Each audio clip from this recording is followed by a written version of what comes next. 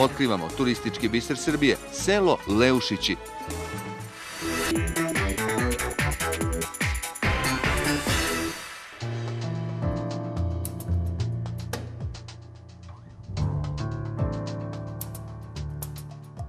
Priroda i istorija nisu žalile kada su darivale okolinu Gornjeg Milanovca, pa je razumljivo i da je sve više onih koji bi želeli da to iskoriste i da ponude putniku namerniku da u ovom kraju ostane još koji dan, pa svoje domaćinstva pretvaraju u male turističke atrakcije.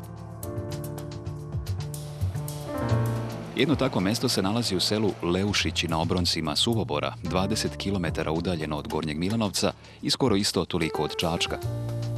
Na uzvišenju sa koga se vide vrhovi Kablara, u daljini već više od 2 veka postoji domaćinstvo porodice Jevtović, koja je odlučila da zakorači u seoski turizam i podeli svoje blago sa svima.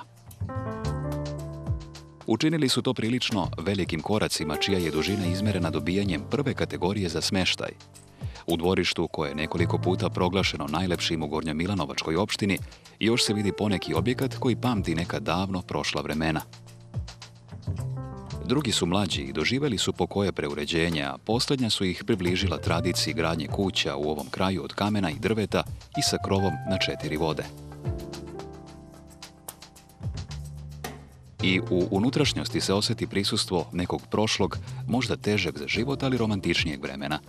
Tu romantičnost će možda najbolje osjetiti oni koji se smeste u Malom Vajatu.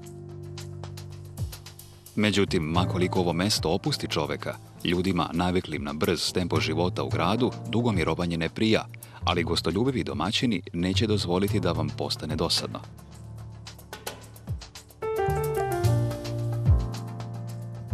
Lepota prirode u okolini će vas privući da se bar na trenutak stopite sa njom šetajući uz i niz brežuljke, preko livada i kroz šumarke. Da bi uspomene bile potpuno, dobro je da posjetite i Takovo, mesto gdje je 1815. godine drugim srpskim ustankom počelo stvaranje moderne Srbije.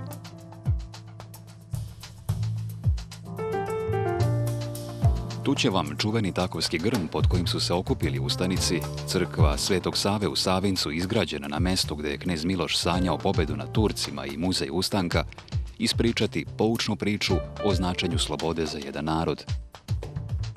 Nažalost, ovaj kompleks izgleda živi samo kad se obeležava godišnjica ustanka i kad ga nakratko obilaze đačke ekskurzije.